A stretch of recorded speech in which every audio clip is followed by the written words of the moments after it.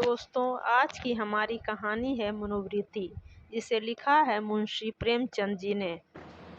एक सुंदर युवती प्रातःकाल गांधी पार्क में बिल्लौर के बेंच पर गहरी नींद में सोई पाई जाए, यह चौंका देने वाली बात है। सुंदरियां पार्कों में हवा खाने आती हैं, हंसती हैं, दौड़ती हैं, फूल पौधों से खेलती हैं, किसी का इधर ध्यान नहीं जाता। लेकिन कोई युवती रविश के किनारे वाले बेंच पर बेखबर सोए, वह बिल्कुल गैर मामूली बात है। अपनी ओर बलपूर्वक आकर्षित करने वाली रविश पर कितने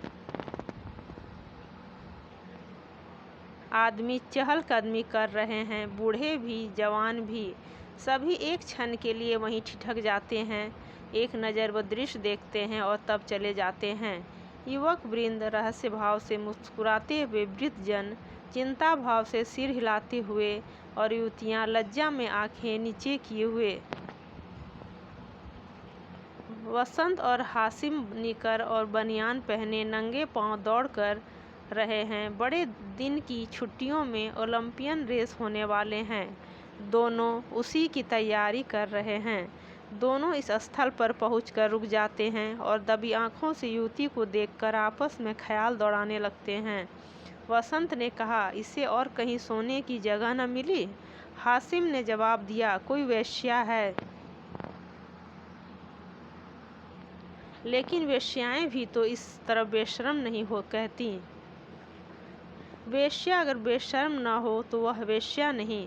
बहुत सी ऐसी बातें हैं जिनमें कुलवधू और वेश्या दोनों एक व्यवहार करती हैं।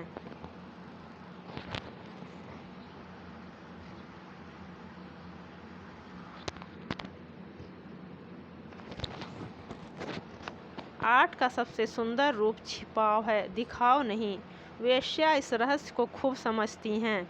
उसका छिपाव केवल आकर्षण बढ़ाने के लिए है, हो सकता है, मगर केवल यहाँ सो जाना यह प्रमाणित नहीं करता कि यह वेश्या है। इसकी मांग में सिंदूर है।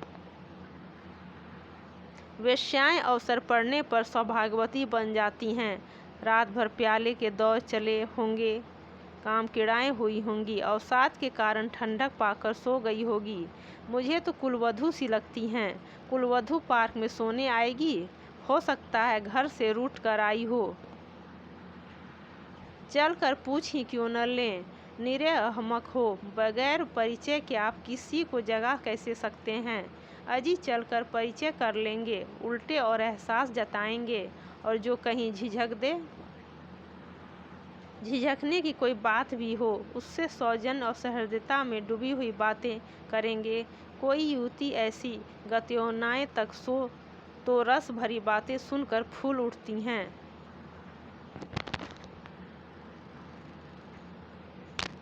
यह तो नवयौवना है। मैंने रूप और यौवन का ऐसा सुंदर संयोग नहीं देखा था।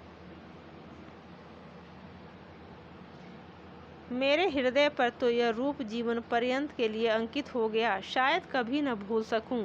मैं तो फिर भी यही कहता हूँ कि कोई वेश्या है, रूप की देवी वेश्या भी हो, उपास्य है।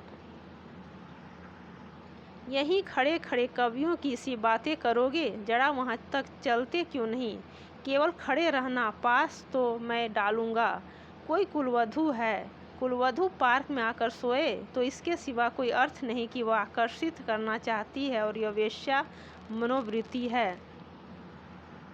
आजकल की युवतियाँ भी तो फॉरवर्ड होने लगी हैं। फॉरवर्ड युवतियाँ युवकों से आंखें नहीं चुराती। हाँ, लेकिन हैं कुलवधू। कुलवधू से किसी तरह की बातचीत करना मैं बेहूदगी समझता हूँ। तो चलो फिर दौड़ लगाएं। लेकिन दिल में वो मूर्ति दौड़ रही हैं, तो आओ बैठें। जब वो उठकर जाने लगे तो उसके पीछे चले। मैं कहता हूँ वेश्या है।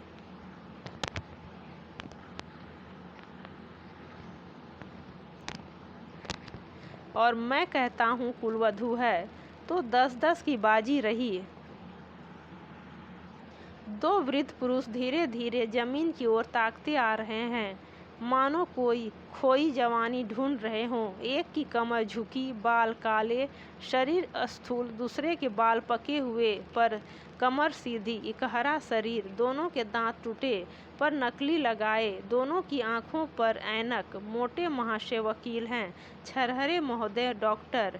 वकील: देखा यह 20वीं सदी का करामात? डॉक्टर: जी हाँ देखा। हिंदुस्तान दुनिया से अलग तो नहीं है, लेकिन आप इसे शिष्टता तो नहीं कह सकते। शिष्टता की दुहाई देने का अब समय नहीं है। किसी भले घर की लड़की वेश्या है साहब, आप इतना भी नहीं समझते।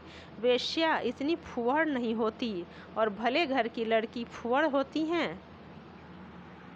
नहीं, नई आज़ादी है, नया नशा है। हम लोगों की तो बुरी भली कट गई। जिनके सिर आएगी वह झेलेंगे।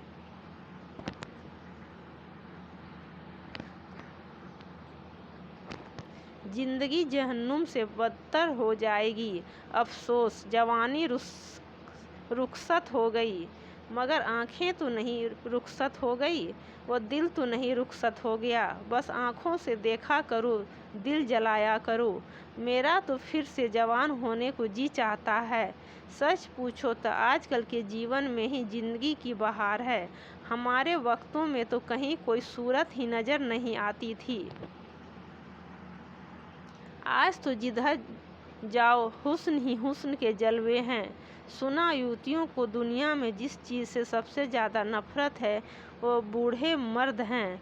मैं इसका कायल नहीं। पुरुष को जौहर उसकी जवानी नहीं, उसका शक्ति संपन्न होना है।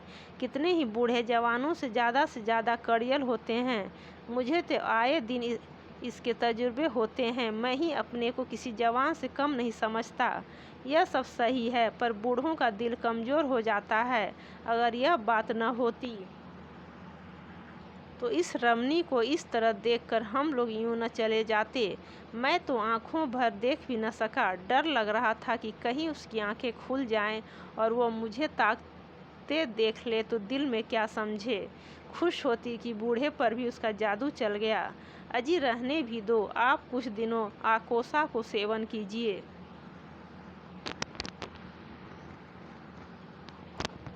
चंद्रोदय खाकर देख चुका, सब लूटने की बातें हैं। मंकी ग्लैंड लगवा लीजिए ना। आप इस युवती से मेरी बात पक्की करा दें, मैं तैयार हूँ। हाँ, यह मेरा जिम्मा, मगर हमारा भाई हिस्सा भी रहेगा। अर्थात यह कि कभी कभी मैं भी आपके घर आकर अपनी आंखें ठंडी कर लिया करूँगा। अगर आप इस इरादे से आएँ तो मैं आपका दुश्मन हो जाऊँगा। ओहो, आप तो मंकी ग्लैंड का नाम सुनते ही जवान हो गए। मैं तो समझता हूँ यह भी डॉक्टरों ने लूटने का एक लटका निकाला है। सच? अरे साहब, इस रमणी के स्पर्श में जवानी है। आप हैं किस फेर में? उसके एक एक अंग में, एक एक मुस्कान में, एक एक विलास में जवानी भरी हुई। न 100 मंकी ग्लैंड, न एक रमणी का बाहुपास। अच्छा, कदम बढ़ाइए, मुवक्किल आकर बैठे होंगे। वह यह सूरत याद रहेगी। फिर आपने याद दिला दी। वह इस तरह सोई है इसलिए कि लोग उसके रूप को, उसके अंग विन्यास को, उसके बिखरे हुए केशों को, उसकी खुली हुई गर्दन को देखें और अपनी छाती पीटें।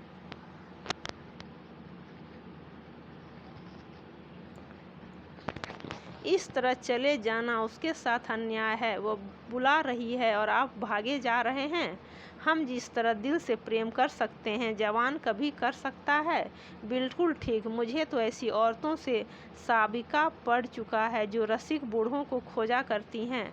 जवान तो छिछोरे, उच्छृंखल, अस्थिर और गर्वीले होते हैं। वे प्रेम के बदले कुछ चाहते हैं, निस्वार्थ भाव से आत्मसमर्पण करते हैं।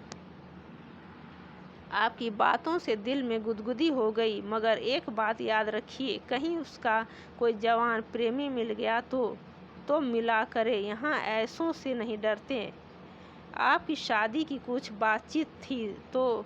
हाँ थी, मगर जब अपने लड़के दुश्मनी पर कमर बांधे तो क्या हो। मेरा लड़का यशवंत तो बंदूक दिखाने लगा। यह जमाने की खूबी है। अक्टूबर की धूप तेज हो चली थी। दोनों मित्र निकल गए। दो देवियां, एक वृद्धा दूसरी नवयौवना, पार्क के फाटक पर मोटर से उतरीं और पार्क में हवा खाने आईं।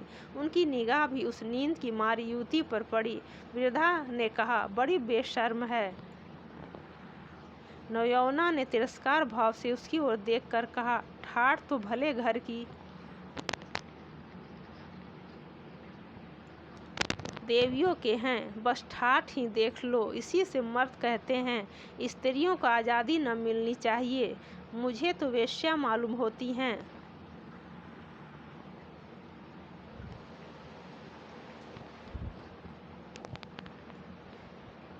बेहयाई हैं। मैं पर्दा नहीं चाहती, पुरुषों की गुलामी नहीं चाहती, लेकिन औरतों में जो गौरवशीलता और सजलता है उसे नहीं छोड़ती।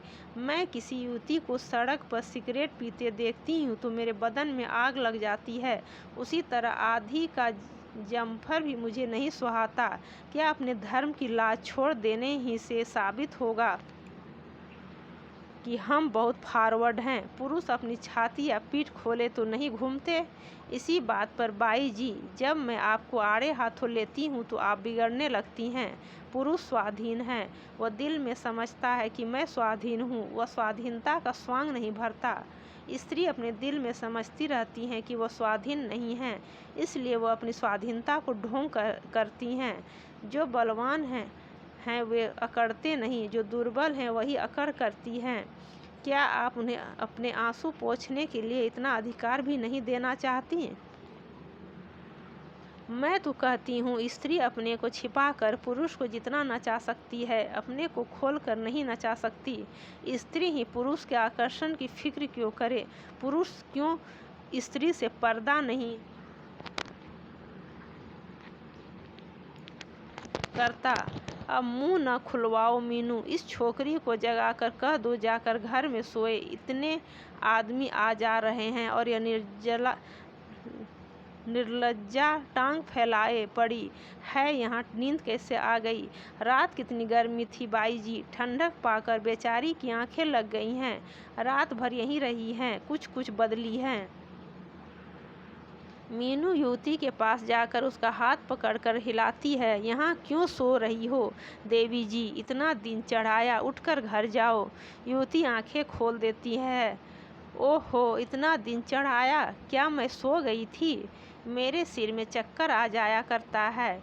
मैंने समझा शायद हवा से कुछ लाभ हो, यहाँ आई, पर ऐसा चक्कर आया कि मैं इस बेंच पर बैठ गई। फिर मुझे होश न रहा। अब भी मैं खड़ी नहीं हो सकती। मालूम होता है मैं गिर पड़ूंगी। बहुत दवा की पर कोई फायदा नहीं होता। आप डॉक्टर श्यामनाथ को आप जानती होंगी, वो मेरे ससुर हैं। युवती ने आश्चर्य से कहा, अच्छा, यह तो अभी इधर ही से गए हैं। सच? लेकिन मुझे पहचान कैसे सकते हैं? अभी मेरा गौना नहीं हुआ है। तो क्या आप उसके लड़के वसंत लाल की धर्मपत्नी हैं?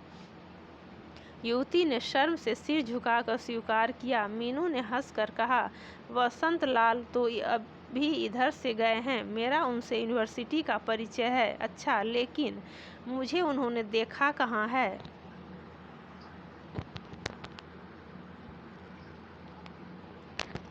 तो मैं दौड़कर डॉक्टर को खबर दे दूं? जी नहीं, किसी को न बुलाइए। वसंत लाल भी वहीं खड़ा है, उसे बुला दूं? तो चलो, अपने मोटर पर तुम्हें तुम्हारे घर पहुंचा दूं। आपकी बड़ी कृपा होगी। किस मोहल्ले में? बेगमगंज, मिस्टर जयराम के घर। मैं आज ही मिस्टर वसंत लाल से कहूँगी। मैं क्या जानती थी कि वह इस पार्क में आते हैं। मगर कोई आदमी साथ ले लिया होता। किस लिए? कोई ज़रूरत न थी।